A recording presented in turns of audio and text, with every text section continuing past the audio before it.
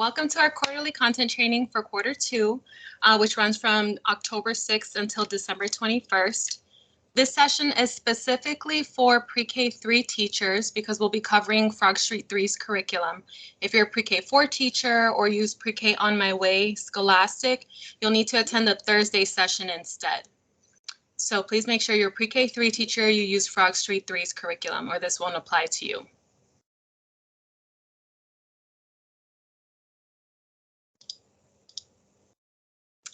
Thank you so much for being here. My name is Jessica Adam. I'm the Pre-K Instructional Strategy Coordinator here at Early Learning for Dallas ISD. I write curriculum, and it's my goal to make teaching easier for you all by providing you with ready-made pre-planned center activities and providing professional development for all of you. I've asked Julie Four, the Pre-K lead specialist, to help facilitate this training, so she will be monitoring the chat and answering any questions as they come up. I'm going to give you a preview of the upcoming themes for quarter two and share some of the things that we've noticed on our campus walkthroughs. If you have any questions, please feel free to drop them in the chat, or you can just add them to our live Q&A document by scanning the QR code here, or save that tiny URL link, and then you can add your questions there as well.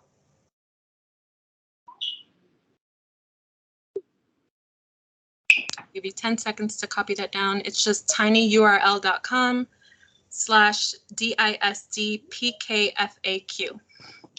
So I want to ask all of you, if you could change one thing about Curriculum Central resources, what would it be and why? Okay, if you guys are just shy and you want to send me your suggestions directly, you can. My email address is jadam, JADAM @dallasisd.org. I do read all your suggestions, and I was a teacher, so I want to give you what you need. So if you just email me, let me know what you'd like to see, then we can try and make that happen. Our norms for today are to be present. We ask that you try your best to minimize distractions. I know some of you are still at school, but just try to stay present so you don't miss anything. There's no silly questions, so feel free to just ask any questions in the chat, and we'll try to answer them as best we can. Ask questions. You can also use that live Q&A document. Self-care, if you need to step away, feel free to do so. And have fun planning for quarter two. As I mentioned, we're going to go over preview of quarter two, and we're going to mention some of the notes that we've taken on our walkthroughs, and then have some time for questions at the end. So quarter two will run from October 9th until December 22nd. That's next week until the end of the calendar year. This quarter is 10 weeks long because we have fall break October 11th through the 13th, 16th if you count Fair Day PD Day, and Thanksgiving break from November 20th until the 24th. Quarter two spans 4 different themes. The first week of quarter two finishes out theme 2, my family and friends. Then we go into theme 3 with color, shape, and size. Theme 4 with safe and healthy me. Theme 5, we finish out the calendar year with theme 5, favorite tales and rhymes. Let's take a look at theme 2, week 4. If you go to Curriculum Central and you click on the book icon for this theme, it will take you to this page with theme 2, my family and friends. As a reminder, you can get to the lessons by clicking the lesson plans by clicking on the lessons icon here, and you can get to the center activities by clicking on Fernando in the corner where it says theme 2 center activities. Does anyone not know how to get to Curriculum Central?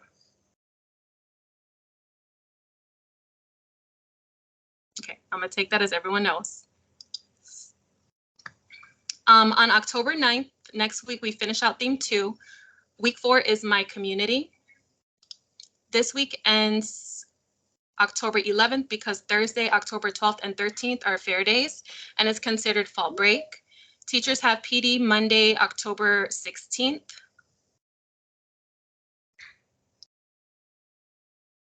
For pre-K, we have created a session called Getting Classy with Instruction. And the link to register for this session is in Cornerstone. If you still need to register, you can do so by scanning this QR code or typing the bit.ly into your browser. And that's just bit.ly/gettingclassy. If you need to refer back to this link later, it's also listed on the main page in Curriculum Central. In this session, participants will learn about effective interactions that can take place during the pre-K block through the lens of class. I'll give you about 10 seconds to copy that down or to scan the QR code.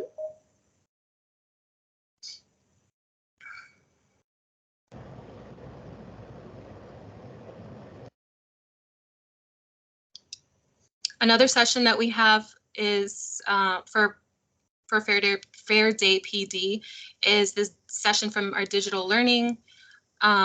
It's called Exploring Literacy with iPad. The link to register for this session is also in Cornerstone. There's a QR code and a bit.ly right here, so you can take a moment to jot this down. This session is in person, face-to-face at this location here. It's also listed in Cornerstone. So these are your options for Fair Day PD. There are 2 sessions for the digital learning PD session. One of them is Keynote, using the Keynote app, and the other is using, I forgot what it's called.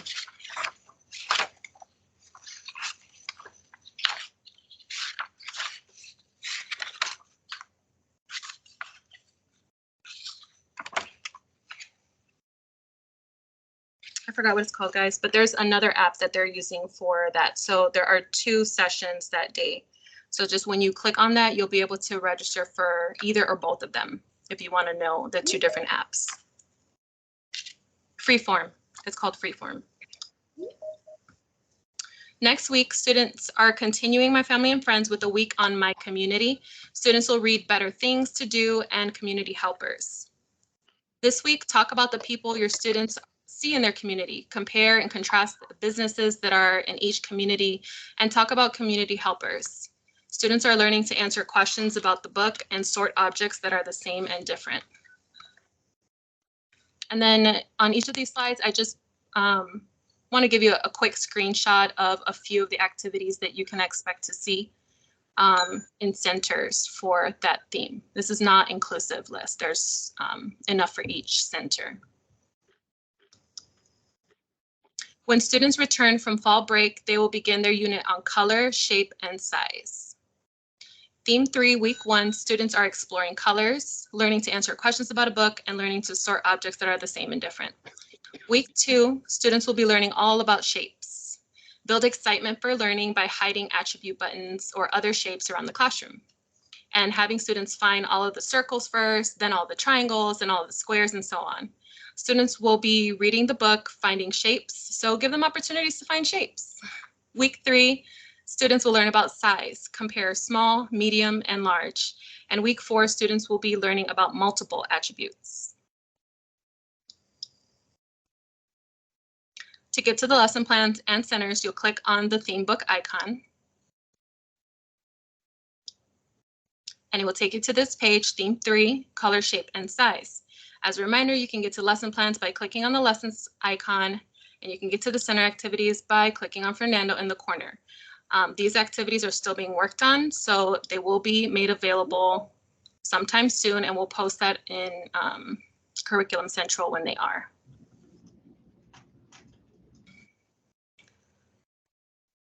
October 17th through the 20th, Theme 3, Week 1 is Color.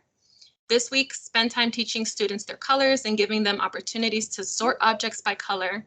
Start with 2 colors and gradually increase the number of colors to sort. We actually did left the last one. A fun activity you could do is give students 1 minute to find something of a given color and bring it back to the carpet to share what they found. Give them 10 seconds to return the item once all students have shared, and repeat the process. So you can say, okay, everyone, you have 1 minute to go find something blue. and everyone go find something blue. They come back, review what they found, confirm or deny if it's blue. You can scaffold by holding up a piece of paper with the color that the students are looking for. And then you can give them 10 seconds to return the item and then try a different color. And this is something fun that they like to do, and they don't have to be seated to do this. It gives them a chance to move around in the classroom. October 23rd through the 27th, we are learning about shapes. You'll notice that the phonological awareness skill focus is syllable segmentation. In the ABC Center, we have added an activity where students clap the number of parts they hear in various shape names. It's important to note that syllabication is an auditory skill. The student does not have to tell you how many syllables they counted because that's a separate skill, which is counting. So as long as the student tells you, claps the correct number of syllables, for instance, orange, how many parts do you hear in orange? Orange. And the student says 5, doesn't matter. As long as they correctly clapped the number of syllables, then it counts as correct because this is an auditory skill. It's not a counting skill.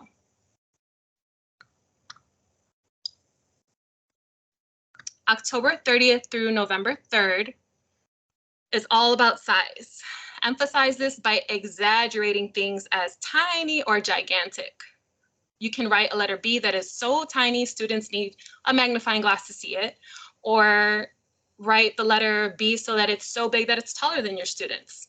Students will read the 3 Bears Vacation, 3 Bears Rap, and in the enormous tulip. Discuss how there were 3 size bears and why they needed 3 size things. Ask your students if they'd be able to wear their mom and dad's shoes or clothes, and ask them why not. Listen for, they're too big. Ask them, how do we know what is the right size to buy? Explain that clothes have tags with size numbers to make sure that we buy clothes that are just right. Show students a small and medium-sized object or person and ask them which is small and which is big. Then ask them to compare a medium and large object and ask them which is small and which is big. And explain that something can be bigger or smaller depending on what it's being compared to. This week is Halloween. How could you incorporate the theme of size if you wanted to talk about Halloween? Drop it in the chat.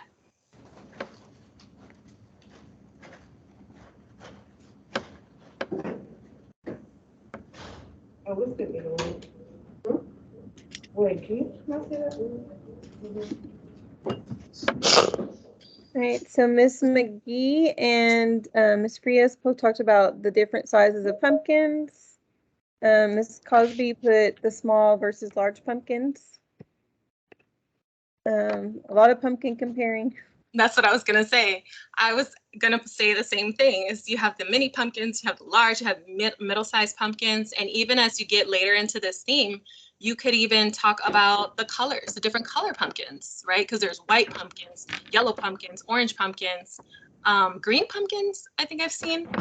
So you can definitely discuss the many attributes of pumpkins.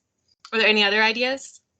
Miss Hartley Woodruff said even comparing candy pieces that are small to pumpkins that are large. Yeah. Different size witches broomsticks. Oh yeah, you could do that. Like you have a little witch and a mommy witch, and they might need bigger, smaller broomsticks. And actually, that makes me think of this book that I love to read around Halloween. It's called Room on the Broom. It's one of my favorite books. It rhymes, and it talks about a witch and her broom and all of these different characters throughout the story trying to fit on her broom.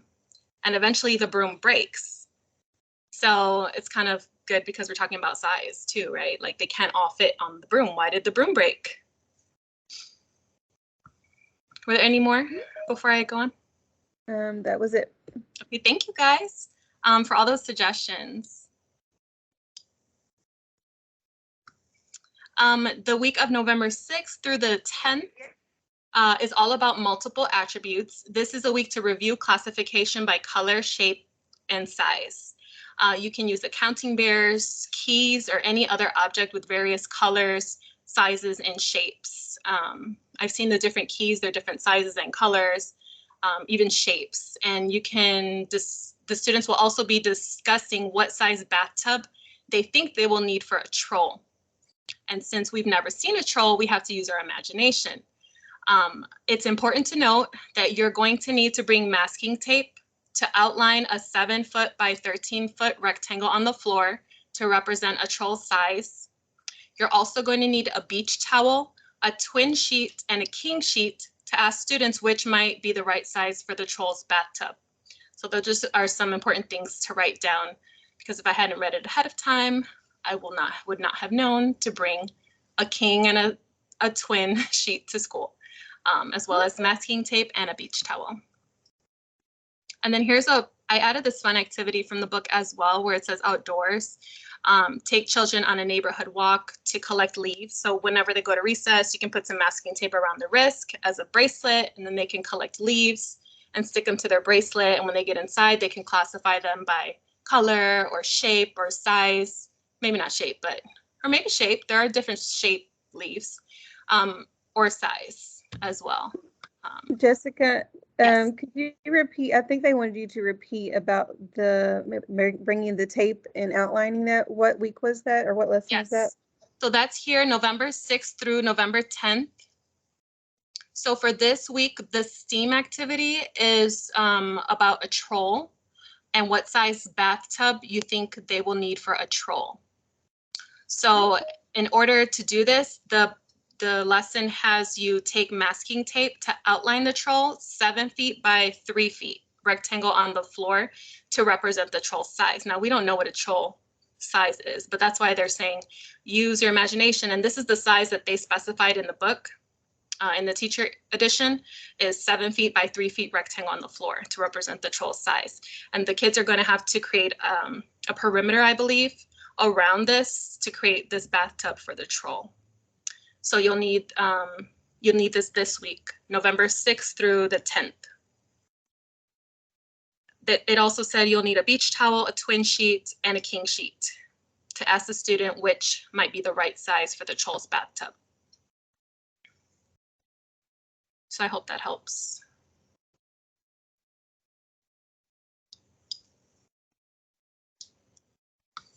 All right, so theme 4 is Safe and Healthy Me. Week 1 is Safe Me. Week 2 is Healthy Me. Week 3 is about eating well, and week 4 is Active Me. To get to the lesson plans and centers, you'll click on the theme book icon, and it will take you to this page for theme 4, Safe and Healthy Me. Now, theme 4 centers have not been completed yet. As some of you know or should know, we've been doing an overhaul of centers, trying to align centers to the specific thematic unit for each week. And so we're still working through it during the year. But I have pulled some of the center activities that are listed in the book for you, so you can kind of get an idea of what you could do. And then once these are ready, we will put a notification in Curriculum Central. So just keep an eye out for that. Theme 4, week 1 is Safe Me. This week, students will read It's a Safety Rule, and we'll learn about safety rules and the natural consequences that come from not following a safety rule, like getting hurt. They'll listen for a safety rule in the book. So what you could do is pre-cut images that students hold up, or some type of prop that students hold up whenever they hear a safety rule. Give them something to listen for and something to do. So students will also read We Are Safe and Healthy Kids, where they will listen for things children do to stay safe and healthy. So this is a great week to discuss safety outside of the home, to connect us to the real world. Why are booster seats and seat belts in the car important? What about helmets? Show students a picture of a bike helmet and compare it to a football helmet. This is a CLI word, helmet, so it's a great time to expose them to this vocabulary. Now, CLI doesn't show them a picture of a bike helmet, so even if they know a bike helmet and they don't know a football helmet, they might not get this word. But just, this is an easy way to introduce that vocabulary to them. November 27th until December 1st is Healthy Me. Students will read Cowboy Mouse and retell the story, We Are Safe and Healthy Kids, using story props. Take this week to reteach students how to properly wash their hands and brush their teeth and discuss why they are important for keeping us healthy. You can also practice their counting because they should be washing their hands for 20 seconds. So they can count as they're washing their hands, practice counting.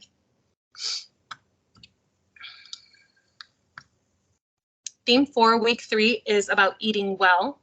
Students will read Eat Green and Helping Grandma and Grandpa. Discuss how nutritious foods keep our bodies healthy. Integrate this with what students already learned about staying safe by discussing how we only eat foods that are safe. We do not eat objects because that is a safety rule. Students will listen for fruits and vegetables in the stories.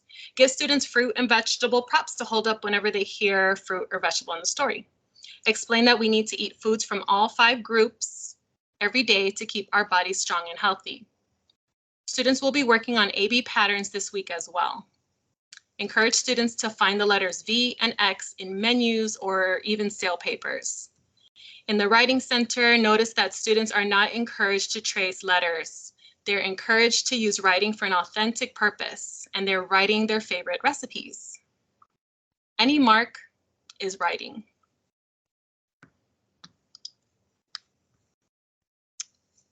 The week of December 11th through December 15th is theme for week 4 about how we need to stay active to keep our bodies healthy. We can discuss how exercise keeps our bodies healthy and talk about different forms of exercise, playing sports, dancing, swimming, running, lifting weights, yoga, etc. Integrate this with what students already learned about staying safe by discussing that they also have safety rules for exercising. Like we only run where it's safe. Like we don't run in the classroom, we run outside. One thing I love to do for dramatic play is to create a kids gym where each day they are doing something different. So one day they may be doing kids yoga with yoga mats from butcher paper and using an iPad with kids yoga videos. Another day they might be doing kids Zumba, and just trying to expose them to different types of activities that they could do to stay active and healthy, because exercise doesn't have to be boring. It can be fun too. It's important to note that right here in the fine motor section, it says encourage children to exercise their fingers rolling balls of Play-Doh and have them create AB patterns using 2 colors of Play-Doh. It's important to note that 3-year-olds need to build strength in their fingers before they can write. So tell them that while they're rolling Play-Doh, they're actually exercising their fingers. Now, I put on this page, I put Get Your Body Moving. I don't know if you all have heard that song, but it's one of my favorite like movement songs and the kids love it. So I want to know, what are some of your favorite movement songs? Can you drop them in the chat? The Tootie Taw. Yeah, favorite.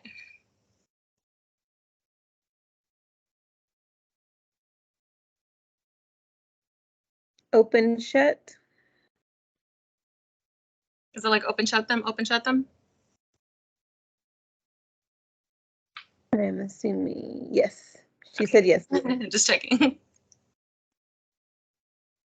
And this Get Your Body Moving is by Cuckoo Kangaroo, I think. And I learned it from my child who came home wanting to play it, and then I started playing it in my classroom. Were there any others? The wiggle dance. Okay, I don't know that one. Maybe I do. Have to hear it. Danny Go. Wiggles. Can't Stop the Feeling. That's good. Listen and Move. I guess any Frozen song. Yeah, fair. Awesome. Thank you guys for those suggestions. All right, the week we leave for winter break, students will begin theme 5 with favorite tales and rhymes, hen tales. To get to the lesson plans and centers, you'll click the theme book icon. And to get to the centers, you will click on Fernando in the corner. This week, December 11th through December 15th, students will be hearing tales or stories about hens that their parents may have heard when they were young. Encourage students to write about chickens, hens, acorns, baking bread, or helping friends. Notice they're not tracing. Accept any marks they may make on the page. This is their writing. In science, you can have students observe acorns they or you have picked up outside using a magnifying glass. Remember, with this age group, they need to be supervised. Do not leave them in the center without supervision. Now is a good time to review what we learned about safety rules as well.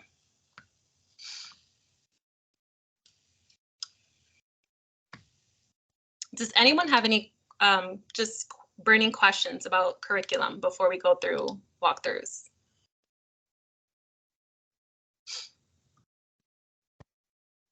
Yes, good afternoon. You know, they're asking for small groups, and from my experiences when I got moved to pre-K3, my admin wanted me to model, and it was a disaster. So they want to pursue that, and I voiced that again. Said, how is like, who's gonna model that? What is it that they're looking for? You know, little ones cannot be sitting in on the kidney table like the upper grades. So I don't know, is that a new norm that they're including? Is it something that it was created? Is it research based, or what's the rationale about? Yeah, good question. I don't know what your admin's, what their opinion is on that. However, I know that it is possible to do small group, but not necessarily sitting at a kidney table. Whenever I would do small group with that age group, you know, you have to be flexible. You have to be able to do things where, you know, they're moving, right? They cannot sit for a long period of time. So you can do things that use their full body movement. You can do things even in the corner on the carpet. You can push into the different centers. So instead of pulling them out, you would go in with your activity to those centers and, Well, they and do your. literally see you while they're doing learning stations or centers. They do want to see you on the kitchen table with children sitting down and you tagging on a specific skill. And I was like, okay, it's not that like you go to them. It's something like you need to work on letter formation. I know they have to have the skill. So like I said, is it something that the early learner, it's encouraging admins, or something that depends on the school? I think that depends on your school because yes, we say small groups, but small groups look different for this age group. And that Small group maybe, for 3s and 4s, I wouldn't recommend them sitting yeah, at a table. and there's something that it needs to be utilized and kind of passed on to them, because I feel that they don't get it. And, you know, they say, so they want us to make it happen. I'm like, okay, I can make it happen, but I don't know what this is that you're looking for. They want us to sit at the kidney table, and we do have a kidney table. I'm not making it up. I believe you. The table. So I'm like, okay. But so, and also those power walks as well too. I'm like, okay. Yeah, so I would recommend not doing it at the table. That is admin specific. If they want specific recommendations, you're free to give them my information, and I'm happy to talk to them as well.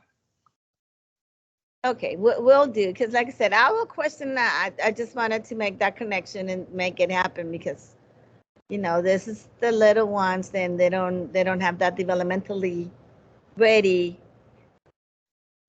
to be exposed. And like I said, I tried to do it, and it was a disaster, and they noticed it, so they stopped. And Yes. so hopefully they get to see course. that it's not conducive to it. Okay, thank you. You're welcome. Thank you. And make sure to reach out to your pre-K specialist that has been at your campus. 'Cause I believe you're in Region 1, so that's Guadalupe and Cassandra, because they can kind of help guide you through some of those questions as well when they're there at the campus with you. Okay, great, thank you. You're welcome. No problem.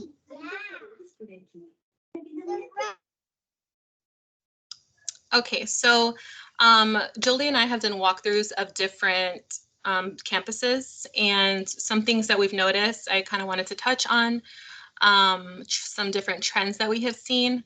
One of them is pretend and learn centers being closed. At this point in the school year, we're going into Q2. centers should not be closed.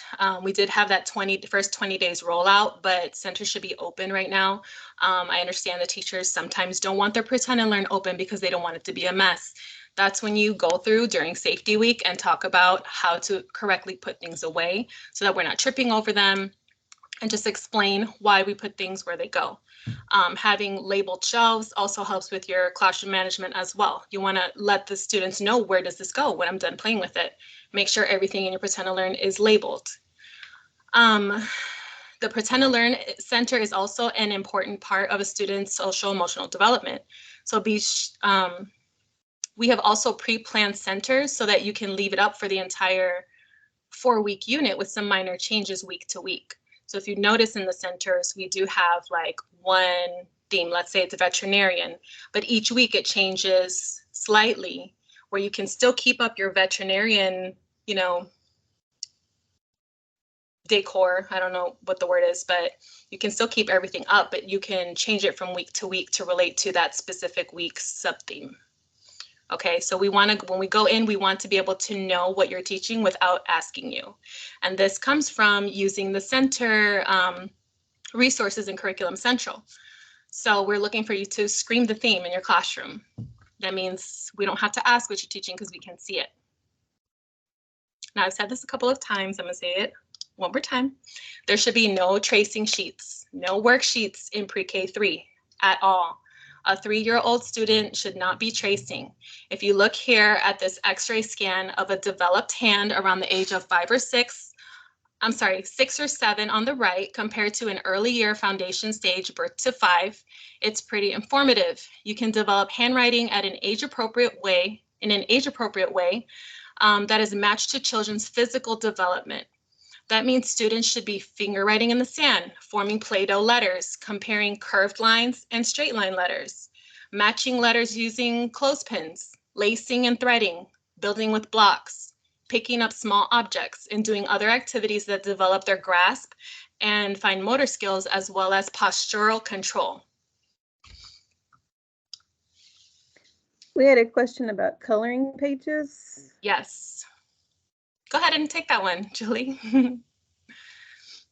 I mean, thinking like developmentally appropriate, it's a better practice just to have some plain blank paper out and crayons and just letting the kids, be creative and draw, whatever's on their mind and coloring it that way, as opposed to putting out a sheet that already has been printed out. And then plus it helps with copying, because I know that's an issue, at a lot of our campuses, every copy we make costs money. So if we're not making those copies, we're saving the school a little bit of money there too, just utilizing that manila paper or any other paper that you might have in the classroom, is letting the kids do some free form drawing and coloring.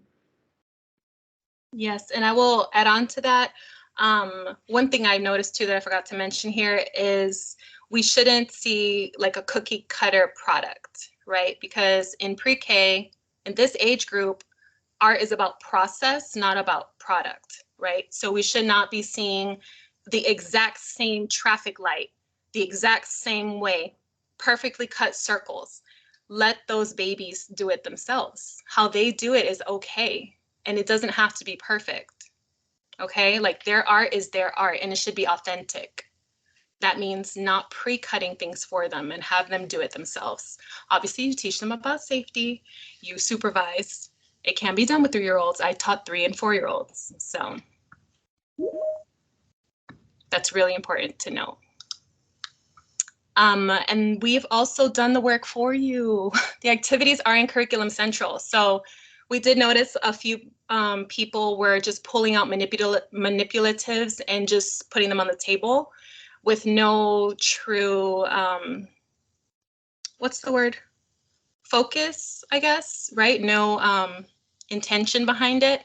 Whereas we pre-planned activities for you in Curriculum Central to help guide you, and it's easy for you, and it's aligned to the theme, and it's aligned to the pre-K guidelines.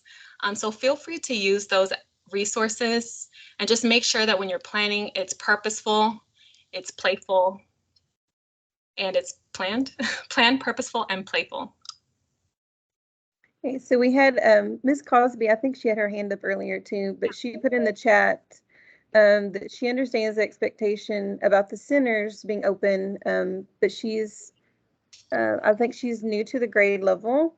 And she asked, what would you recommend? And I know I will say too, this is why your pre-K specialist is there to assist and support you so that we can kind of help you through some of those questions when they're there on your campus. Or of course, you can always email them as well. But I don't know did you want to say anything to that, Jessica, about opening, I guess, getting that confidence, in your classroom routines and style to go ahead and venture out and start opening those centers up for the kids. Yeah, I think if you're new to the grade and you started last week, then yeah, your rollout is going to be slower. But if it's just you're new to the grade this year, I think relying on your specialist to kind of, coach you through what that looks like and how to do it is your best point of contact. You can also, I want to say, refer back to that, the coaching framework, possibly in our curriculum resources, to see what your classroom is supposed to look like. But I will say I am planning to have sessions specifically for teachers that are new to grade. So not new teachers, but new to pre-K. And I am planning to have office hours specifically for teachers new to grade as well. So that's something that you can look forward to, hopefully in the next month or so, where I can plan out some PD just for new to grade teachers. So fingers crossed I can make that happen in a month. And then I will have some office hours for you guys on Fridays at 7 a.m. To be announced when that's to start. I'll put it on Curriculum Central as well. That way you can come in and ask whatever, and I can try and help you that way too.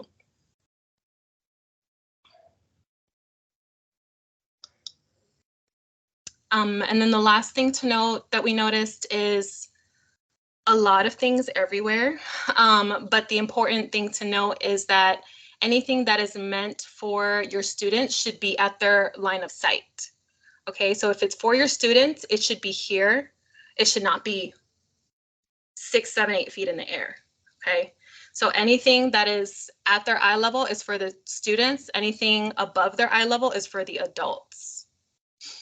So whenever you're putting up student artwork, classmate anchor charts, anything like that, just make sure that you're putting them low at their eye level so they can see them.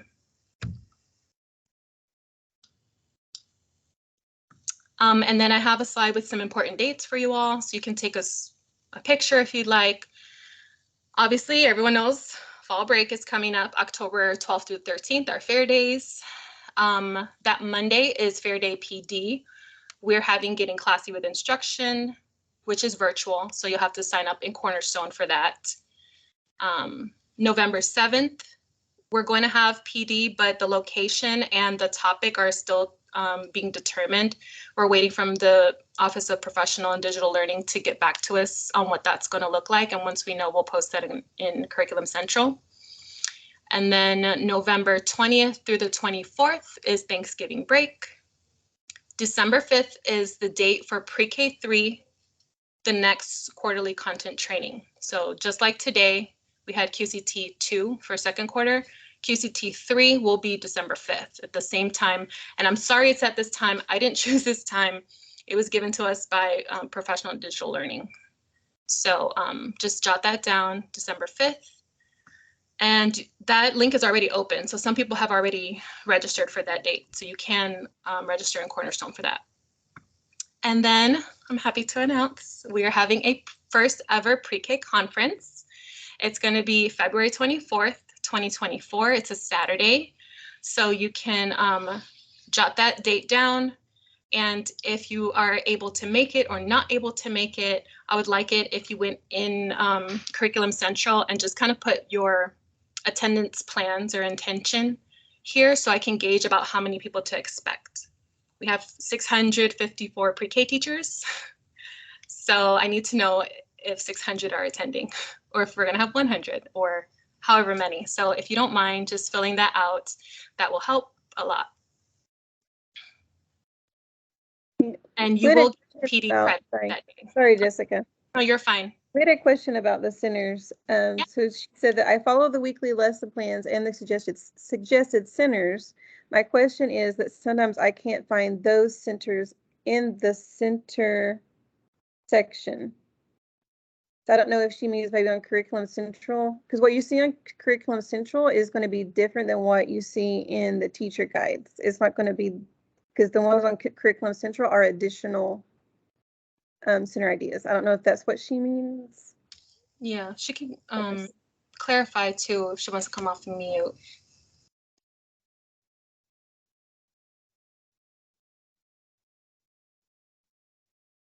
She said yes. I guess that's what she meant. And she also wanted to know.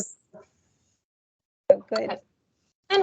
Well, okay, I was gonna say yes, we do have the activities. There are some activities, center activities in your TEs, but we also create additional ones for you in Curriculum Central. So that's what Julie was saying, is we create some that are aligned to the theme. We also try to focus on whatever the phonological awareness skill is, so that you're also getting more practice in during centers as well. What else did she ask? I'm sorry. She was asking for the location. She said the Saturday training. I think she means maybe the pre-K conference. Yes, the conference. So the conference is on a Saturday, and I haven't announced the location yet, but you can look back this week. Our theme has been chosen. And you know what? Because you guys showed up today, I'm going to tell you where it is. So how about that? It's going to be at Thomas Jefferson High School. And you will get, it's a full day, and you will get 5-hour PD credit if you attend all the sessions. So we'll have a keynote speaker, 4 different PD session blocks, and then we'll have, a time for lunch and expo, breakfast, trying to think what else, a closing ceremony. So it's going to be a fun time. I'm really excited about it, and I hope you guys are too. So that will be Thomas Jefferson High School, February 24th, a Saturday.